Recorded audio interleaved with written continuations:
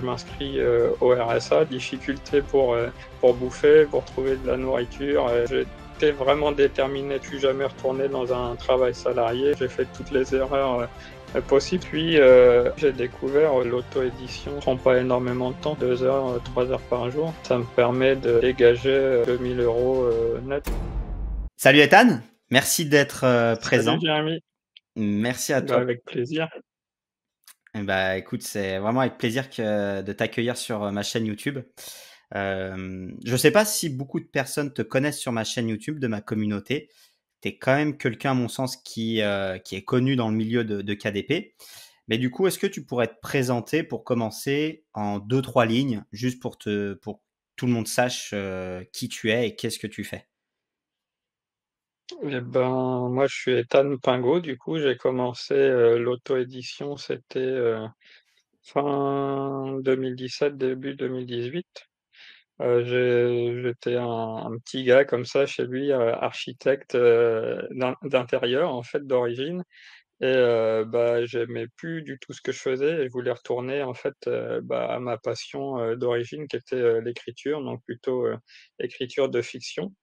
Et bah, à cette époque, j'étais un peu en burn-out, en déprime, en transition, de ce que je voulais faire dans la vie et j'ai découvert en fait, bah, tout le milieu de l'auto-édition, en faisant des recherches en fait, sur internet comme un peu, tout le monde, je me disais: «Bah, comment il faut, ponctuer, son récit, comment il faut, mettre en page son bouquin» et cetera. Donc je suis tombé sur un blog et c'est comme ça que j'ai découvert que, bah, il y avait KDP et qu'on pouvait publier dessus et donc du coup, bah, je me suis dit que j'allais m'y mettre et puis j'ai commencé à écrire, une petite nouvelle pour me faire la main un peu sur comment on construit une histoire, comment on publie et cetera et mon objectif, c'était de, bah, publier une, nouvelle par mois, pour, prendre la main et du coup avoir ce cycle, d'incrémentation, tu vois? Un peu de faire, en fait, parce qu'au début, bah, tu apprends beaucoup de théorie, généralement, tu apprends,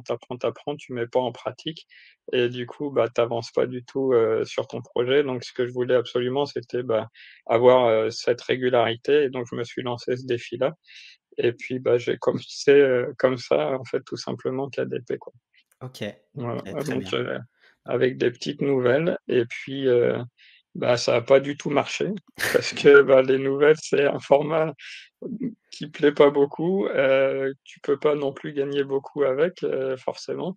Donc je mettais ça au prix le plus bas, sur, Amazon, qui était de 89 centimes, la nouvelle et puis, bah, forcément, j'avais pas du tout étudié le marché donc quand, un mec, il te propose un bouquin, sur un sujet intéressant et que, bah, il peut te le mettre, à 3 €, tu vois, 3 € ou 4 € et que toi tu as une petite nouvelle de quelques dizaines de pages et que tu le vends déjà un 1 €, bah, la comparaison, elle est vite faite et puis, bah, en France, il y a pas vraiment cette, culture de la nouvelle comme il peut y avoir, aux États-Unis, tu vois? Où, il y a beaucoup d'auteurs qui commencent avec, des petites histoires, qui publient dans des magazines, donc ce genre de choses, quoi.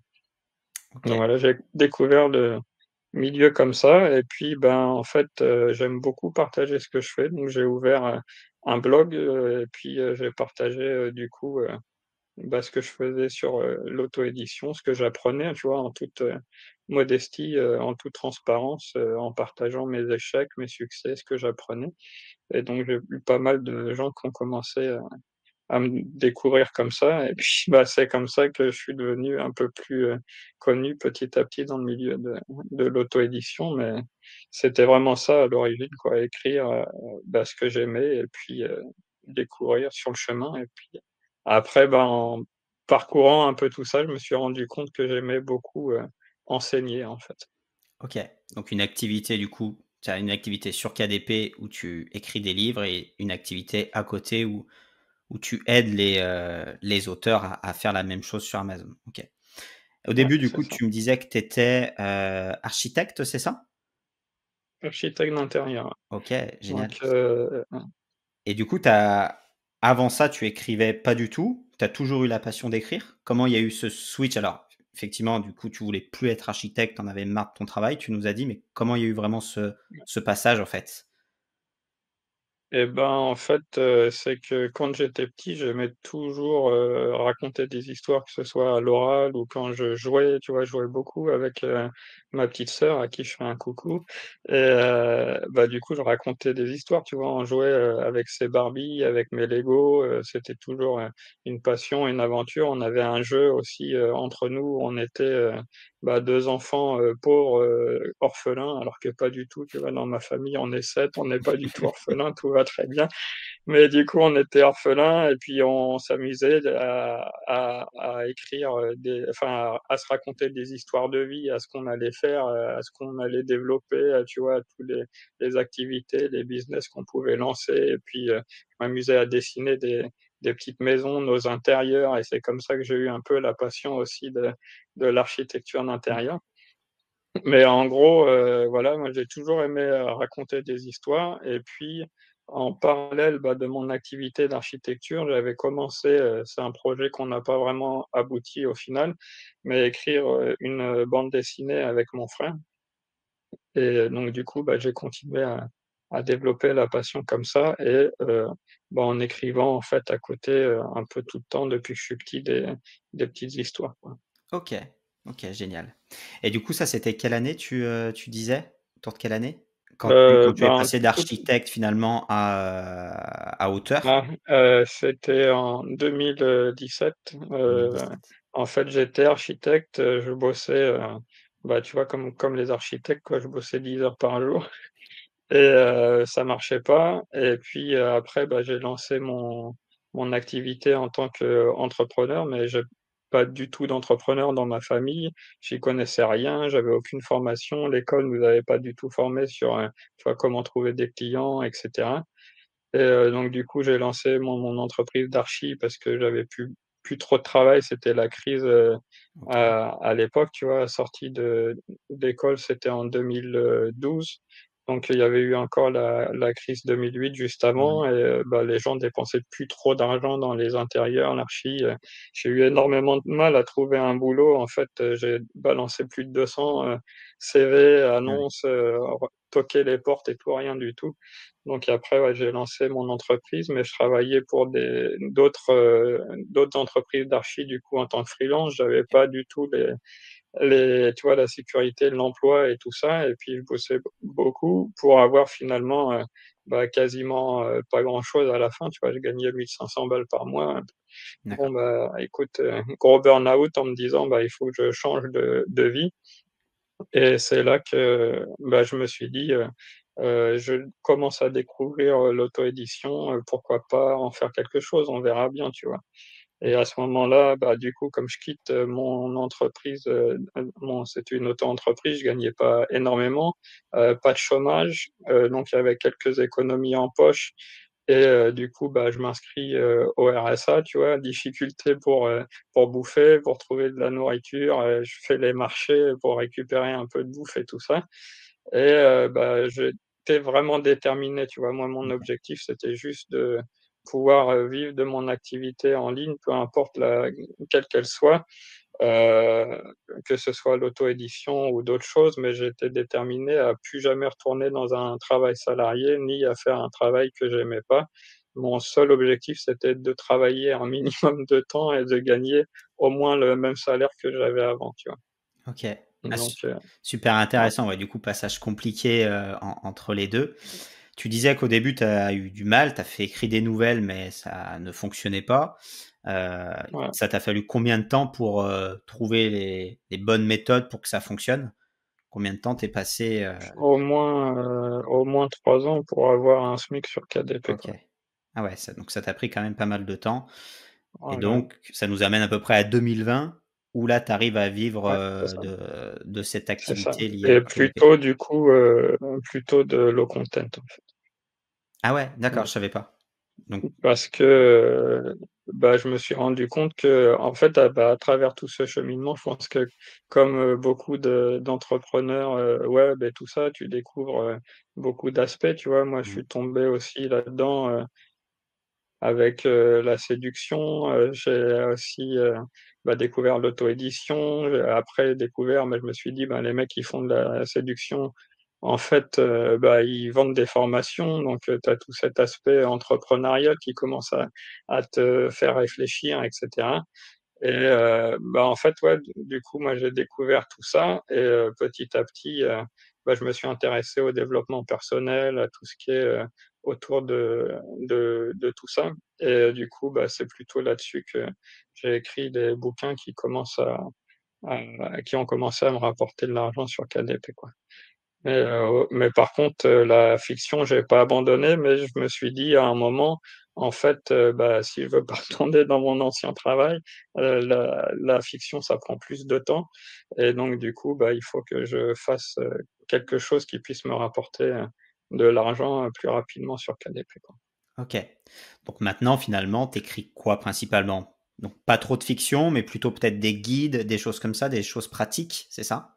Ouais, de la non-fiction, guide pratique, un peu, tu vois, un peu comme toi dans des niches, plutôt, du coup, autour du dev perso ou tu vois, par exemple, j'ai écrit aussi des bouquins sur la lecture rapide ou sur, d'autres choses comme ça, tu vois? Des sujets qui m'intéressent et qui, me font plaisir, d'enseigner, quoi. Moi, ça a toujours été, je sais pas pourquoi, tu vois? Ma mère, elle m'a toujours dit: «Je suis sûre que dans l'avenir, tu seras prof».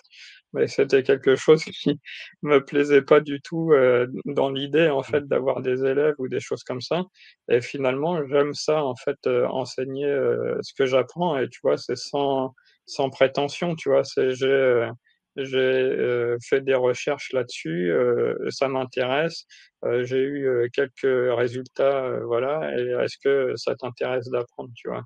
Et finalement, tous ces petits, bouquins, en fait, j'aime beaucoup les écrire. Et là, en ce moment, je développe plutôt, 2 niches, dont une, qui est une niche, vraiment encore, développement personnel, mais sur un sujet plus particulier que j'ai pas envie de révéler, comme, tu sais, parce qu'il est en train d'être pris d'assaut. Et puis, un autre, en fait, juste pour le kiff, je sais que le marché là-dessus est, assez saturé, mais pour voir si j'arrive à faire quelque chose, c'est sur les mandalas, en fait.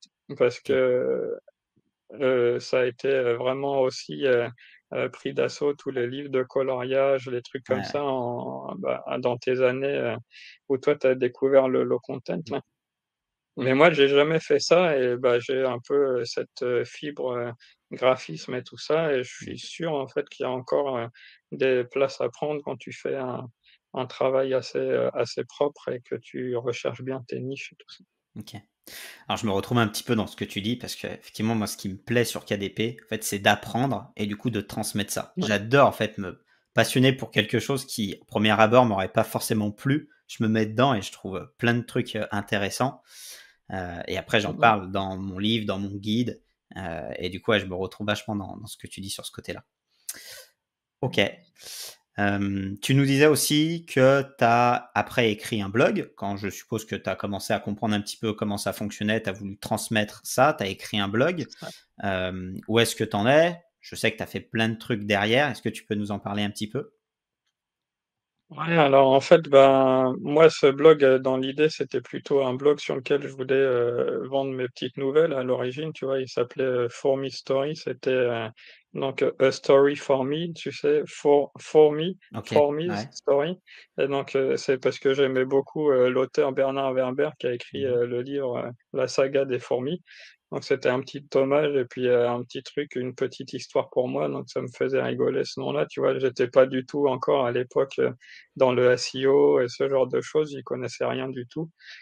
Et du coup, c'était juste pour partager ça. Et en fait, je me suis mis à faire l'erreur que font tous les auteurs, c'est en tout cas les auteurs de livres de fiction, c'est de partager, en fait, autour de l'auto-édition, autour de ce que tu apprends, autour de l'écriture et cetera, au lieu de parler à ton lectorat, tu vois? Je parlais pas du tout à ma cible des lecteurs de nouvelles, je parlais à des auteurs, tu vois? OK. Et donc du coup, j'ai eu ce problème avec mon marketing, en fait, j'ai fait toutes les erreurs, possibles. C'est pour ça que ça a pris, 3 ans et que ça a pris énormément de temps. Mais donc du coup, je parlais pas à la bonne cible. Mais, d'un autre côté, bah, j'ai développé cette, relation, avec mes les lecteurs de mon blog. Ça a pris beaucoup de temps parce que j'y connaissais rien en SEO.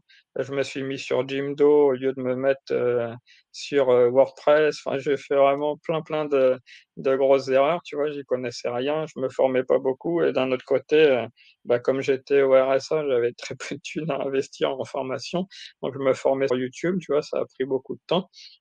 Et puis, bah, petit à petit, j'ai découvert aussi, la newsletter et c'est vraiment là que ça a explosé pour moi, en fait. Je suivais le contenu de Antoine BM à Ouais. l'époque, et tous ces personnes-là qui gravitaient autour de lui, qui ont lancé, bah, les emails quotidiens. Et donc je me suis dit: «Bah, pourquoi pas faire ça, de mon côté?» Et c'est là vraiment où j'ai commencé à développer une véritable, communauté, d'auteurs et donc du coup, bah, à côté, j'ai continué un peu d'écrire, mes livres et tout ça. J'ai eu une période aussi, très, très difficile en 2021, en fait, où j'ai eu des gros problèmes de santé. Donc ça m'a pris, plus de bah, jusqu'à quasiment maintenant, même de temps en temps, j'ai un peu des rechutes. Donc, bah, ça m'a pris beaucoup de temps à m'en remettre et donc du coup, bah, c'est pour ça que j'ai eu aussi, une progression, un peu plus lente que certains. Mais, ouais, du coup, à l'origine, pour revenir, en 2012, je fais mon blog, For Me Story, je fais mes emails. Ça s'appelait le Méliblog. J'en envoyais un par jour. J'ai fait ça pendant 1 an et demi, donc maintenant j'y connais beaucoup, au niveau de la newsletter. C'est vraiment ma spécialité Alors et je puis, confirme, effectivement, tu as des très bons emails, je trouve, donc tu es un des rares personnes à qui je lis c'est les emails envoyés, parce que c'est vrai que des emails, on en reçoit, plein quand on est abonné à plein de gens comme ça et c'est vrai que je lis les tiens souvent, parce que je trouve qu'ils sont bien écrits, qu'ils sont sympas et c'est vrai qu'il y a un je retrouve un petit peu la patte Antoine BM, c'est vrai. Donc au voilà, fond, c'est vrai que on je me voit suis qu'il y a une beaucoup petite inspiré de lui. inspiration, qui date. Donc, je mettrai le lien, de ta newsletter pour que les gens puissent s'inscrire parce que je trouve que c'est une bonne newsletter. Vous pourrez vous inscrire. Merci et donc du coup, ouais, bah, à cette époque-là, ça a bien marché. Je me suis rendu compte que, bah, cette période, j'avais écrit des mini guides aussi un peu dans le même style, en me disant: «Bah, je vais tester», tu vois? Un peu comme mes nouvelles, des guides sur l'auto-édition que je vendais 1 € par-ci, 1 € par-là. Et bah, du coup, à ce moment-là, je lance ma newsletter. Je me rends compte que en fait, je vends 20 fois plus de bouquins avec cette newsletter qu'avant, en essayant vainement de les vendre sur les réseaux sociaux ou tout ça et donc c'est là que je me rends compte que la newsletter a un pouvoir, phénoménal, quoi et à cette époque, quand je me suis lancé en auto-édition, il y avait pas encore la pub Amazon, ça existait pas en France, quoi. Donc la newsletter, c'était vraiment le truc, à développer. Donc bah, je parlais beaucoup de ça, je parlais d'autres sujets, sur, cette newsletter quotidienne. Après j'ai arrêté, déjà parce que, bah, j'ai rencontré ma copine et ça m'a commencé à me prendre du temps de m'investir dans ma relation et puis, bah, après aussi, à cause de ces, problèmes de santé, quoi. OK et du coup, tu avais une seule newsletter ou tu avais un peu une newsletter par thématique et du coup plusieurs newsletters? Alors j'ai eu, bah, ma newsletter sur l'auto-édition, depuis, cette époque-là et puis, ben, petit à petit, là, je développais une activité autour de Théo Pingot, donc, un autre, nom de plume, plutôt autour de la lecture, rapide et ce genre de choses, comme je te disais et puis là, bah, j'essaye vraiment sur, d'autres niches, tu vois? Je me dis, par exemple, la niche des mandalas. Elle a été très exploitée, par les gens qui font du low content, mais en se disant: «Bah, je vais publier un bouquin, tu vois, comme ça à l'unité et puis on verra ce que ça donne» et puis je publie un autre bouquin un peu comme tous les publishers ont fait, à leur début, de faire plein de petits tests comme j'ai fait avec mes nouvelles. Mais, qu'est-ce qui se passerait si tu crées vraiment, une marque et un univers autour de ça, tu vois? Et un peu, bah, toi tu as fait du dropshipping, tu vois? On a vu ça beaucoup, moi j'en ai jamais fait, mais des gens qui lançaient un peu plein de petits, plein de petits produits, des petits shops par-ci par-là qui devaient recommencer, recommencer, recommencer. Qu'est-ce qui se passe si tu crées vraiment une grosse marque, un gros univers, ou, un vrai personal brand autour de ça, tu vois? Et je suis plus dans cette optique-là maintenant de me dire, bah, voilà, je vais me concentrer sur, 2-3 projets d'écriture, mais essayer de Ouais. les porter à fond et de vraiment développer le branding autour maintenant, quoi. Ouais, effectivement, c'est une bonne comparaison, hein. Dropshipping et KDP, pour moi, c'est un peu la même évolution, donc bonne comparaison. OK, et du coup, tu as lancé ton site, je crois que ça s'appelle, Auto Expliqué, je crois, quelque chose comme ça, il me semble, si je dis pas de bêtises. Auto-édition expliquée, ouais. Auto-édition expliquée. Ouais. Donc dessus, tu aides les gens à s'auto-éditer. C'est une de tes activités, donc finalement, c'est la continuité de ton blog, hein, je suppose, c'est ça? Ouais, c'est ça, même mon blog, For Me Story est pas encore fermé et je suis en train de faire la transition, tu vois? J'ai un peu essayé pas mal de choses entre les 2. Bah, comme je t'ai dit, j'ai eu mes problèmes de santé, tout ça, donc j'ai un peu diminué les trucs, mais j'avais commencé à lancer une chaîne YouTube et tout ça. Je me suis rendu compte que, tu vois, For Me Story, c'était pas vraiment, quelque chose autour de l'auto-édition, ça matchait pas bien, donc Mmh. j'essaye de revoir le branding et donc du coup, bah, j'ai fait, beaucoup de choses les derniers temps pour, relancer, toute cette partie, un peu plus, auto-édition, et puis, aide aux auteurs, ouais. OK. Tu as un autre truc aussi, une de tes activités, tu en as tout petit peu effleuré tout à l'heure, c'est, le design de couverture. Je sais que tu es sur Ouais. ComeUp. Est-ce que tu peux nous parler aussi un peu de cette activité-là? Ouais, alors en fait, ben, comme je te disais, moi je suis graphiste, bah, de métier parce que je suis architecte d'intérieur. Quand on est architecte d'intérieur, on apprend, tout en fait, depuis, en gros, l'après-architecture jusque dans le design, on appelle ça le design global, en fait. Donc c'est-à-dire, par exemple, tu as un coiffeur, il vient te voir en tant qu'architecte d'intérieur, mais ce qu'il veut, c'est qu'il y ait une cohérence, tu vois, dans son branding, dans son identité, dans sa marque et donc bah, on va travailler aussi bien, le graphisme, de ses, paquets de shampoing que, comment chemine le client dans son magasin, comment c'est pratique pour lui de faire avec ses ciseaux, ses peignes et tout ça. Et donc du coup, bah, ça m'a appris en fait, à avoir une vision, un peu globale de tout ça et d'avoir des compétences en graphisme et donc moi, bah, comme tu sais, je faisais mes petites nouvelles, j'avais mon blog à côté. Les auteurs m'ont dit: «Ah bah, je trouve que les couvertures sont super chouettes, c'est qui ton graphiste?» «Bah, c'est moi». «Ah bon, c'est toi? Tu peux me faire les couvertures?» Bah, écoute, pourquoi pas? J'y ai jamais songé, mais pourquoi pas? Et donc c'est comme ça que je me suis dit: «Bah, il faut que je crée ça». J'avais la flemme de faire les factures, j'avais pas Mmh. envie de parler au téléphone avec les gens, j'avais pas envie de me faire chier avec tous ces papiers, ces machins, ces trucs. Je voulais juste balancer un lien et si la personne est intéressée, bah, elle prend mon service et puis voilà. Et c'est là que, bah, au travers d'une, vidéo, YouTube, j'ai découvert, bah, l'émergence un peu il s'appelait 5 € à l'époque. Moi, je suis arrivé sur ComeUp, c'était début 2019 et donc du coup, bah, j'ai commencé à vendre mes services de graphiste, de couverture de livres et maintenant, ouais, surtout pendant mes années où j'ai eu des gros problèmes de santé, ça a été, vraiment la ressource financière qui m'a aidé, à tenir quoi. Parce que, bah, tu vois, je pense comme toi, tu en parles un peu sur ta chaîne, ça me prend pas énormément de temps, tu vois? 2 heures, 3 heures par jour et ça me permet de dégager, 2 000 €, net, tu vois? Donc Ouais, je pense que c'est sous-exploité. Alors, ça, j'en parle un petit peu dans ma chaîne, hein, mais pour ceux qui connaissent pas, hein, donc ComeUp ou avant 5 €, c'est une plateforme où dedans on peut acheter des services ou dans notre cas vendre des services. Donc on trouve de tout dessus, hein. Ça peut être de la traduction, ça peut être de la correction, ça peut être de la création de vidéos, etc. Et donc, bah, par exemple, hein, de la création de couverture de livres. Effectivement, je pense que c'est sous-exploité. Tu as eu des bons revenus tout de suite sur ComeUp ou ça a pris du temps à venir? Ça a pris du temps, parce que c'était plutôt des petites commandes. Au début, j'avais un pricing qui était très bas. J'avais quand même déjà de la concurrence à cette époque, dont un mec, quand moi je suis arrivé, qui avait déjà plus de 250 avis. OK. Bah, maintenant je suis numéro un sur ce segment de Comeup là, sur les couvertures de livres. J'ai plus de 600 avis et la personne me talonne avec, 500 et quelques avis. Donc en fait, j'ai eu un pricing hyper agressif pour débuter, tu vois? Je faisais des couvertures pour 25 €.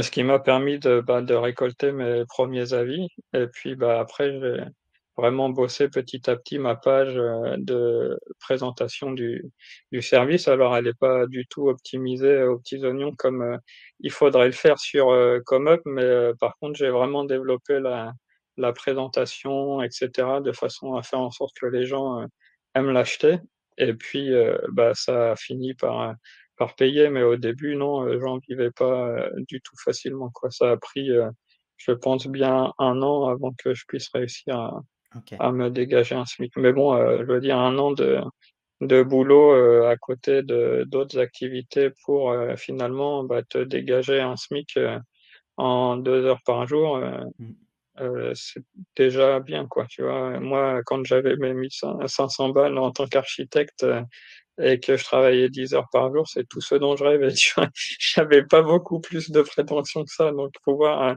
aujourd'hui, bah, tirer, 2 000 balles sur Comeup, en travaillant 1 à 2 heures par jour, Ouais, ça me va très bien, quoi. ouais, je comprends. Alors c'est vrai qu'avant, comme tu dis, ils avaient plutôt une tendance à favoriser un peu le prix bas. C'est pour ça aussi que les vendeurs ont Ouais, été un peu poussés à faire des prix bas. Et maintenant, c'est un peu, l'inverse en fait, hein. Finalement, heu, ils poussent plutôt les vendeurs à augmenter la valeur du service, à augmenter finalement les prix. Et ça joue même sur le référencement, hein. Si on vend des produits à forte valeur, à des produits plus chers, ben, on est mieux référencé sur Comop. Donc c'est aussi pour ça que je pense que c'est peut-être plus facile aujourd'hui pour toi d'avoir des plus gros revenus qu'il y a 3 4 ans, parce que les prix ouais. étaient plus bas, ouais. OK. Ben, ouais, mais je pense que peu importe, en fait, au début, il faut commencer bas et puis Mmh. surtout, ben, je sais pas toi comment tu fais, mais il faut pas penser que enfin, en tout cas, si tu veux aller sur Comeup, et un peu pareil sur Amazon KDP, quoi. Il faut pas penser que tu vas réussir à vendre, juste en mettant ton livre sur Amazon. C'est pareil, tu vas pas réussir à vendre juste en mettant ton service sur Comeup et il y a quand même un minimum de choses à faire, donc un peu travailler son SEO, son référencement, et puis, bah, si possible au début en tout cas pour lancer la machine, bah, soit, faire de la pub, soit, bah, faire du marketing extérieur à la plateforme quoi, que ce soit sur Comeup ou sur Amazon. Je pense que c'est un petit peu, Ouais. l'étape obligée au début pour commencer à te créer soit un lectorat, soit une clientèle quoi.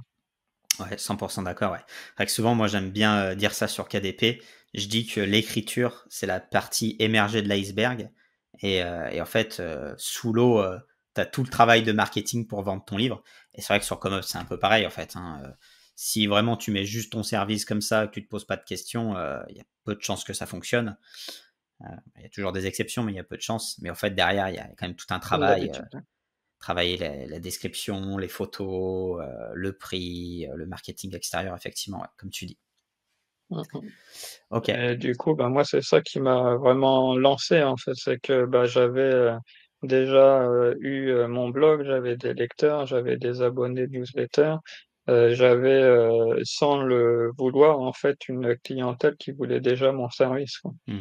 Et donc ça a été, quand même, beaucoup plus simple, tu vois? Je vois beaucoup de personnes qui ont dû, un peu s'acharner, sur les réseaux sociaux, et cetera pour trouver des clients ou alors, qui doivent, avoir une stratégie, je sais pas si elle existe encore cette stratégie sur Comeup de lancer, plusieurs services, même si, ces services vont pas vraiment être rentables, mais pour avoir un peu de visibilité parce que quand tu lances un nouveau service, tu as une certaine visibilité au départ sur Comeup et donc du coup les gens cliquent sur ton service et potentiellement cliquent sur ton, profil et Mmh. puis en arrivant sur ton profil, ils voient tes services, principaux qui ont plus vendu que les autres.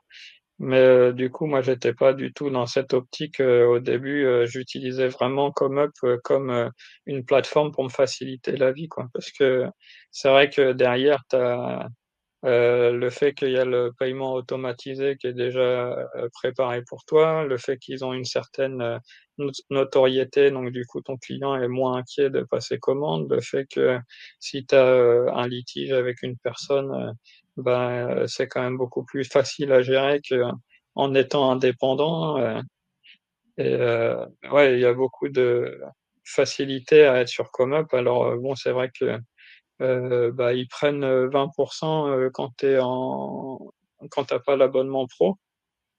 Je crois que c'est ça. Ouais, au 20 top là, ouais, plus, je crois, 1 ouais. €, un truc comme ça et après, là, d'ailleurs les prix vont augmenter je crois en ou ils ont augmenté pour l'abonnement, mais tu vois, tu es autour de 50 € par mois, pour l'abonnement pro et ça te permet quand même d'avoir une bonne visibilité, d'avoir toute leur structure, tout ça et puis, finalement, petit à petit, une fois que ta page, elle commence à être référencée sur le site, que tu commences à avoir des retours clients, et puis, qu'elle se référence sur Google, mine de rien, en fait, ils ont un très, très Ouais, bon SEO, Google, je trouve, comme eux, enfin, c'est-à-dire quand tu tapes, pas mal de mots-clés, tu vois des services, quand même dans les mmh, premières pages, quoi. Donc, je sais pas comment ils ont géré ça, mais ils ont un très, très bon SEO.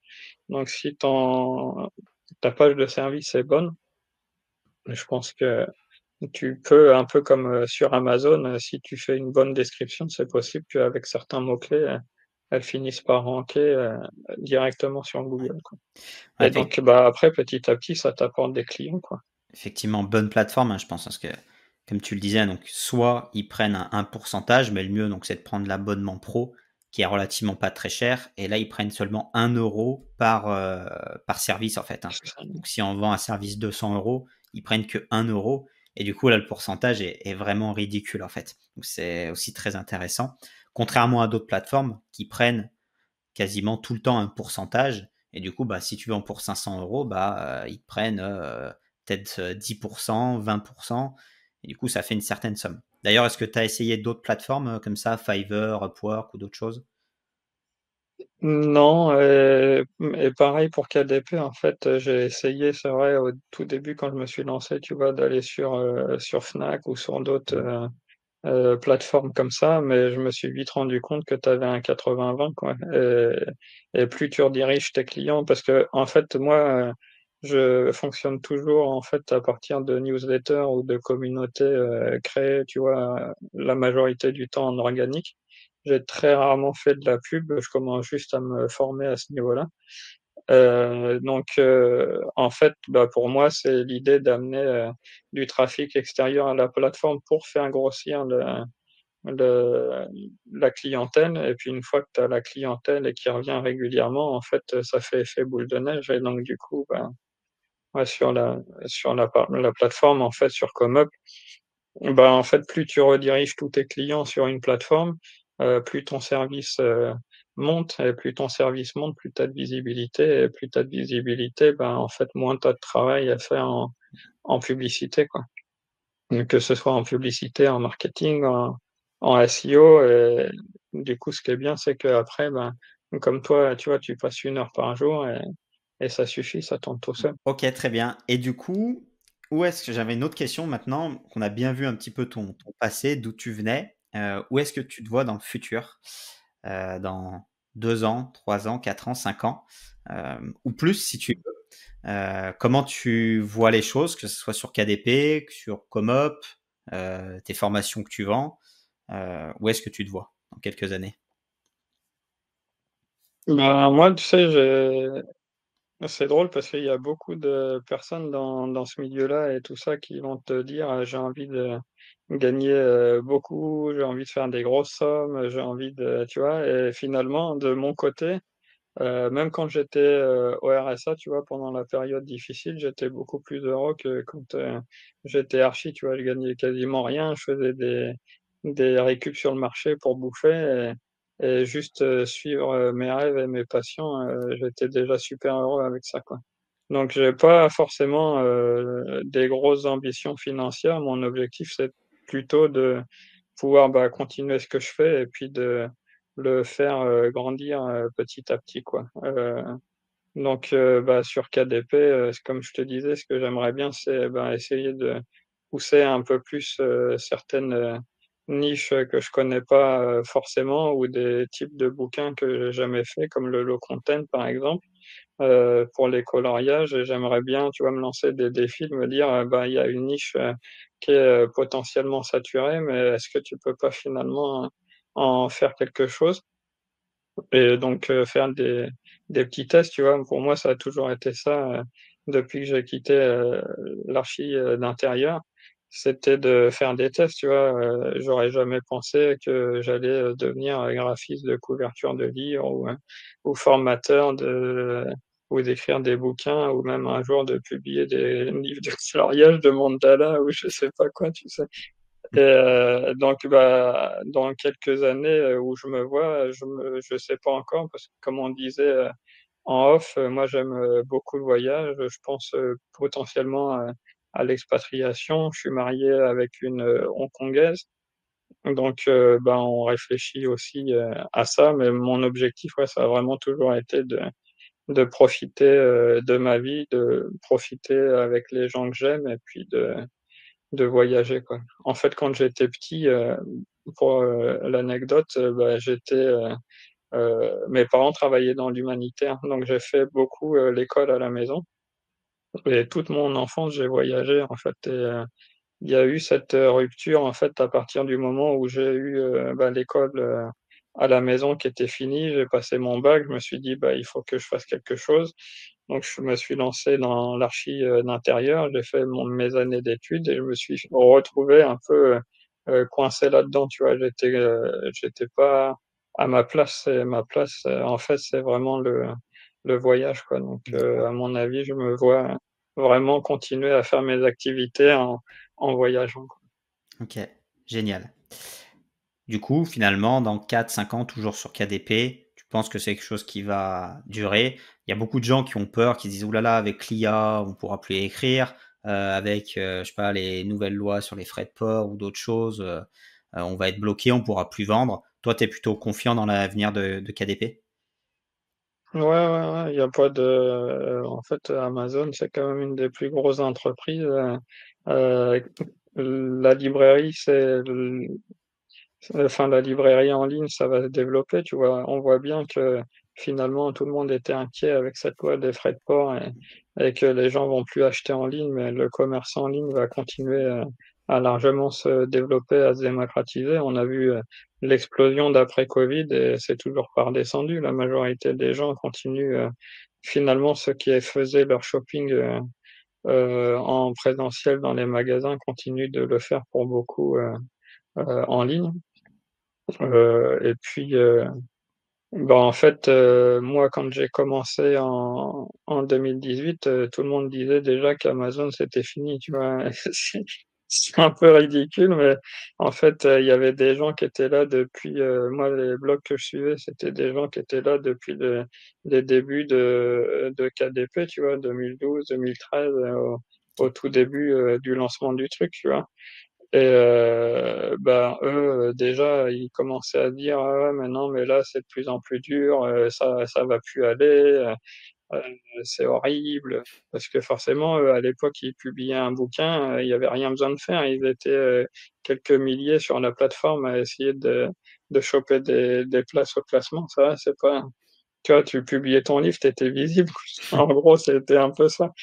Et bah, après, il a fallu se professionnaliser. Après, il y a eu, bah, tout le bah, la période où toi, tu es arrivé sur KDP, où beaucoup sont arrivés aussi pour le côté, business, un peu en mode, publisher, low content et cetera.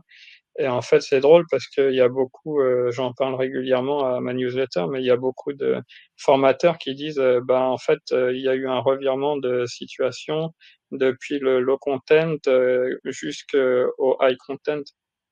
Mais en fait, il y a pas eu de revirement de situation, c'est juste le high content, il a continuer, mais c'est juste, tu as eu une période, en fait, où le content est devenu hyper populaire parce que, bah, c'était, assez simple à produire pour des personnes, bah, qui avaient pas forcément l'envie d'écrire ou le talent d'écrire et cetera. Et puis, bah, effectivement, maintenant, tu as l'arrivée de l'IA qui facilite un peu les choses, sur l'écriture, qui t'aide à faire des recherches, qui t'aide, bah, notamment, sur les couvertures de livres avec, Midjourney et tout ça. Tu peux faire, des trucs extraordinaires ou avec, des bouquins pour les enfants, si tu as aucun talent de dessin, tu pas besoin de payer un mec, 1 000 balles ou 2 000 balles pour son dessin. Mmh. Tu t'inscris sur Midjourney et puis, tu te formes un peu et tu peux te sortir des dessins, qui sont dingues, tu vois? Moi, quand, l'IA, est arrivée, j'ai vu ça, je te jure, j'ai chialé, hein. Mon père, c'était un artiste, peintre, maintenant il est à la retraite. À côté de l'humanitaire, c'était un peintre, qui a fait les beaux-arts et cetera, qui a appris des milliers d'heures de technique, qui a réussi à faire des bons tableaux, qui avait quand même une cote sur le marché de l'art à l'époque où avant de se mettre à l'humanitaire. Et quand je vois l'IA qui en un prompt peut te faire un truc, qui finalement est aussi incroyable que le truc que mon père a mis des années à faire, putain, je me suis dit: «En fait, ouais, c'est quand même fou», mais c'est Mmh. des outils, en fait, à mon avis, c'est comme, tu vois, quand la photo est arrivée, on s'est tous dit: «Ah bah, la peinture à l'huile, c'est terminé», bah, non, enfin, ça continue toujours, c'est juste que le marché évolue. Alors après, est-ce que KDP en soi, va rester, tel quel? Non, forcément, il va évoluer. Est-ce que même, il va encore exister dans 5 ans, 10 ans, 20 ans? On n'en sait rien. Mais, les compétences que tu auras acquis sur le chemin, elles seront toujours là, quoi. Et donc du coup, bah, pour moi, c'est plutôt ça que je vois un peu. J'ai eu du mal avec ça parce que si tu veux, il y a pendant longtemps, je me suis dit qu'il fallait que je fasse un business qui était périn, qui pouvait durer sur le long terme, tu vois? Et finalement, tu vois l'arrivée de l'IA, tu vois l'arrivée des machins, des trucs, ça va de plus en plus vite et tu dis: «En fait, un business périn sur le long terme, c'est Mmh. juste pas possible, quoi». C'est pas quelque chose d'envisageable et donc du coup, maintenant, je vois plutôt les choses comme, bah, une quête, permanente, d'apprentissage et puis de mise à jour, tu vois? Il y a récemment, pour les newsletters, moi j'étais en mode, complètement à l'ancienne, tu vois? Je faisais, mes envois, avec, MailerLite et puis je mettais, mon adresse, c'était même pas une adresse pro, tu vois? J'avais Mmh. même pas mis l'adresse de mon site web ou quoi que ce soit, c'était juste un vieux Gmail. Maintenant, bah, en février, ça a été totalement, interdit par, Google. Il faut faire les choses bien, sinon tu te retrouves en spam. Alors du coup, pour lancer une newsletter, bah, il faut, commencer par, avoir ton nom de domaine. Après, il faut faire ton adresse mail. Il faut mettre ton adresse mail dans les autorépondeurs et cetera. Donc ça devient, plus compliqué, mais finalement tu t'y fais, tu es obligé de t'y faire et tu apprends, est-ce que, tout le marché va être bouleversé? Oui, probablement. Mais est-ce que, c'est pour ça que l'auto-édition est terminée et qu'il faut se mettre, à bosser sur autre chose? Non, je pense pas. C'est juste, bah, comme tu l'as fait avec le low content et passé par le high content et tout ça, faut juste, un peu suivre les modes et les tendances et puis, faire durer son business de cette façon-là, en fait, en apprenant et en étant plutôt résilient qu'en essayant de se construire un business périn parce que finalement, bah, ça peut changer du jour au lendemain. Je Mmh. sais pas si toi tu as eu des baisses, de ventes, sur Comeup, mais tu vois, juste, à la période de transition là de leur nouveau design et puis, des comment ça s'appelle? Ils ont rajouté les petites, euros là, les petites étoiles en te disant Mmh. qu'il faut que tu augmentes tes prix et tous les trucs. Bah, ça a changé complètement toutes les stratégies, quoi. Ouais, je suis 100 d'accord avec toi. Super intéressant tout ce que tu as dit. Effectivement, je pense qu'il faut, chaque fois se mettre à la page finalement, évoluer avec notre temps et souvent finalement c'est des outils qui nous sont apportés en plus, donc faut s'en servir. Il faut pas plutôt être réfractaire comme certains, sont. Donc l'exemple de l'IA, c'est un très bon exemple, hein, on aurait pu se dire: «Bah, voilà, maintenant c'est un ordinateur qui écrit, des livres, bah, j'ai plus rien à faire». Mais en fait, faut s'en servir pour écrire des livres toujours, mais faut s'en servir. Pareil pour l'illustration des couvertures. Donc, on pourrait se dire, bah maintenant, c'est Midjourney qui va faire les couvertures. En fait, c'est quand même plus compliqué que ça. On peut s'en Ah ouais, servir pour nous aider à faire des couvertures, mais il faut quand même toujours un humain derrière qui fait tout le process. pour l'instant en tout cas, oui. Après c'est Pour sûr l'instant. que bah, l'IA évolue tellement vite qu'on sait pas où ça va nous porter. Ça se trouve, bah, tu vois, moi, c'est un truc auquel je songe. Par exemple, là, je gagne, 2 000 € par mois en faisant des couvertures juste avec ce service sur CoMup. C'est génial, c'est très bien, mais est-ce que, bah, à l'avenir, c'est encore quelque chose qui va être possible, tu vois? Je sais pas. Mais il faut rester ouvert et je pense qu'avec les compétences que tu apprends en chemin, en fait, c'est ça qui rend résilient plutôt que les fondations de ce que tu construis, quoi. Mmh. Mais effectivement, ouais, c'est ça à mon avis, il faut vraiment bosser sur ton chemin et avoir une vision, plus long terme plutôt qu'essayer de faire les choses, en se disant que, bah, soit je veux pas utiliser les nouveaux outils, être réfractaire, soit, te dire, bah, j'apprends ça et finalement ça a servi à rien, tout ce que j'ai fait c'était inutile ou je sais pas, tu vois? Mais effectivement l'IA ça va bouleverser, le futur, quoi et il faut, bah, à mon avis l'embrasser, à pleine, main, à plein bras ou je sais pas Ouais. comment on dit pour, Moi, pour l'utiliser, quoi. je suis d'accord, hein. Pour moi, c'est un peu comme, la personne qui est réfractaire en l'IA, c'est un peu comme se dire, bah, «Je veux pas utiliser d'ordinateur», quoi. Pour moi, c'est un petit peu Ouais, ça c'est il y ça. a 25 ans, hein, bah, non, j'utilise ma machine à écrire pour écrire mon livre et j'utilise pas d'ordinateur. Ouais, c'est ça. Pour moi, c'est vraiment des outils. Ouais, c'est ça, hein. C'est des métiers qui évoluent aussi parce que Mmh. tu vois, tout le monde a peur de se dire: bah, mon métier, il va disparaître à cause de l'IA». Bah oui, mais pendant la révolution industrielle, il y a des gens qui Mmh. ont eu des métiers qui ont disparu, je veux dire, mon père non, mon arrière-grand-père, il était maréchal ferrant, va voir aujourd'hui un maréchal ferrant qui a réussi à vivre de Ouais. son activité. Je pense qu'il y en a pas beaucoup, hein. Ça doit se Mmh. compter, peut-être, moins de 200-300 en France, quoi, enfin, j'en sais rien, mais avant, devait y avoir des maréchals ferrants partout, maintenant il y en a plus, quoi. De la même façon, avant, il y avait un mec, qui était payé pour allumer et éteindre les bougies des lampadaires dans la rue, Mmh. bah, maintenant c'est l'électricité, c'est automatique. C'est la même chose, quoi. C'est clair. OK. Je voulais revenir sur, le côté un petit peu, KDP, et livres. Qu'est-ce que tu pourrais conseiller à quelqu'un qui souhaite réussir sur KDP? Quelles seraient les astuces principales que tu aurais? Eh ben, trouver un sujet de niche rentable, à mon avis.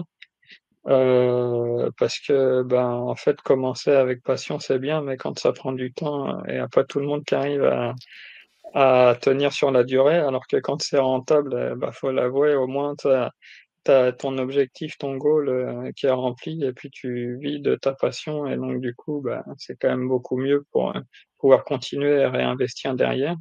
Donc en fait, c'est trouver une niche qui est rentable, mais qui correspond aussi à ce que tu as envie de faire, à un projet qui t'anime, tu vois? C'est pas forcément un truc, comme on disait par exemple sur les mandalas, tu vois? C'est pas forcément un truc, je suis hyper passionné de mandalas, mais ça m'intéresse de creuser, cette niche et cetera pour voir ce que je peux en faire et peut-être, ben, derrière dans le processus, je vais trouver quelque chose qui me plaît.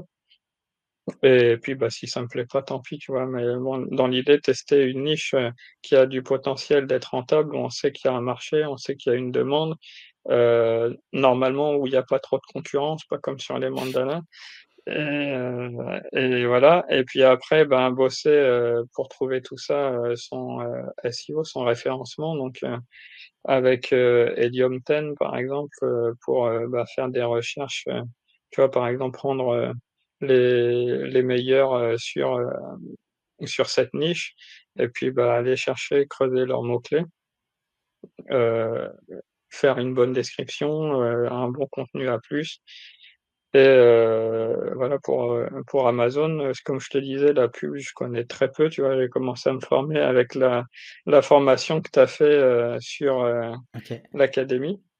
Donc moi, j'y connais vraiment, que dalle en pub et je commence tout juste à me former à la pub, Meta et Google. Donc vraiment pour moi c'est les bases, mais je dirais que si ton produit il est, rentable en organique et tu vois? Que ce soit avec les réseaux sociaux, en SEO, tout ça, une fois que tu as ça, tu peux te mettre à la publicité quoi. Mais lancer une publicité pour sauver un bouquin dont tu as pas étudié le marché et cetera, tu vois? Moi, c'est comme moi j'aurais pu faire des pubs, sur mes nouvelles, bah, j'aurais juste perdu de l'argent Ouais, quoi. OK. Donc ouais, c'est Donc ça. niche et SEO pour toi. OK. Alors c'est intéressant quand Niche même, hein, que je pense SEO, que en te formant avec, à la pub, tu vas t'éclater après. Je pense vraiment que tes ouais, résultats, ils vont vraiment, bien augmenter. Si tu as déjà augmenter, des ouais. résultats, ouais, juste avec, l'organique, avec du SEO, je pense que tes résultats, vont grandement augmenter après. Donc c'est intéressant, pour toi. Mmh. Bah, je pense, ouais, c'est ça la transition qu'il faut bah, en fait, c'est rigolo parce que tu vois, on parlait d'Antoine BM et c'est tout à fait Mmh le chemin que lui a pris avec ses formations, tu vois? mh. Et au début, il a fait énormément d'organique, il a fait de la newsletter et je suis un peu comme lui, en fait, un peu, monomaniaque sur des trucs. J'aime bien me former sur, plein de choses en même temps, mais quand, j'ai un truc qui marche, je le fais et je le fais à fond, tu vois? Et donc du coup, bah, j'ai fait, à fond mes nouvelles pendant 1 an et demi, j'ai fait à fond ma newsletter, 1 mail par jour, tu vois? J'en ai, plus de 1000 ou 1 500 emails envoyés maintenant, donc tu vois? Niveau newsletter, ça y est, je m'y connais. En couverture de livres, c'est pareil, j'ai fait ça, les 3 4 dernières années. J'ai Probablement, entre les petites commandes, j'ai fait quand même quelques commandes en extérieur de Comup, mais pas beaucoup, en direct et puis tout ça que j'ai fait sur Comup, j'ai probablement fait plus de 1000 couvertures aussi, Mmh. tu vois? Et donc du coup, ben, en fait, tu développes et tu forges, vraiment en faisant ça, donc je suis un peu, monomaniaque et là, je pense que 2024-2025-2026, je vais être un peu monomaniaque pub. Ouais, c'est vrai que c'est la bonne comparaison. Antoine BM, hein, pour ceux qui connaissent pas, je pense qu'il y a beaucoup qui le connaissent, hein, mais il sort régulièrement des formations et il avait décidé, il ne voulait pas faire de pub pour ses formations, pour vendre ses formations, donc il faisait vraiment que de l'organique, de la vidéo YouTube, du podcast, des choses comme ça. Et il y a quelques mois, effectivement, il a commencé à faire des publicités pour vendre ses formations avec des bons résultats. Donc maintenant, on le voit un petit peu de partout sur YouTube, Facebook. Il tourne beaucoup parce que voilà, il fait maintenant beaucoup de publicité. Donc bonne comparaison. Ouais. Ouais, c'est ça, puis il voulait pas, tu vois, faire de tunnel de vente et puis il s'y Mm, est mis à bah, avec ses pubs et tout ça, donc je pense que c'est, un bon moyen de trouver ses méthodes et puis, bah, une fois, en fait, que ton produit, ton message, marche, c'est comme sur les réseaux sociaux, tu vois? Il y en a beaucoup qui essayent de bourriner, bourriner, ça marche pas et ils refont la même chose encore et encore, la même erreur, sans retravailler le message de fond. Alors ils disent: «C'est la forme». Est-ce que c'est, la ma caméra qui va pas? Est-ce que c'est ma gueule? C'est parce que je suis moche ou je sais pas quoi? Et en fait non, c'est juste que ton message il est pas adapté pour la bonne cible, tu vois? mm, Et une fois que tu as le message qui est adapté pour la bonne cible, que ton offre est, claire et propre, tu vois? La même chose que sur Comup. En fait, après, normalement, tu as pas besoin de faire d'efforts pour vendre. Ça devrait se vendre tout seul et donc du coup, bah, une fois que ça se vend tout seul, c'est si tu rajoutes la pub, là, normalement, c'est le jackpot, ouais, quoi. Tu multiplies tes revenus et assez facilement, quoi. ouais. Et c'est vrai qu'il faut surtout pas faire l'inverse. Parce qu'il y a aussi des personnes qui sont pas formées, qui font un livre à l'arrache en 2 jours et qui font tout de suite de la publicité dessus. Et après, qui se disent, mais pourquoi je perds de l'argent?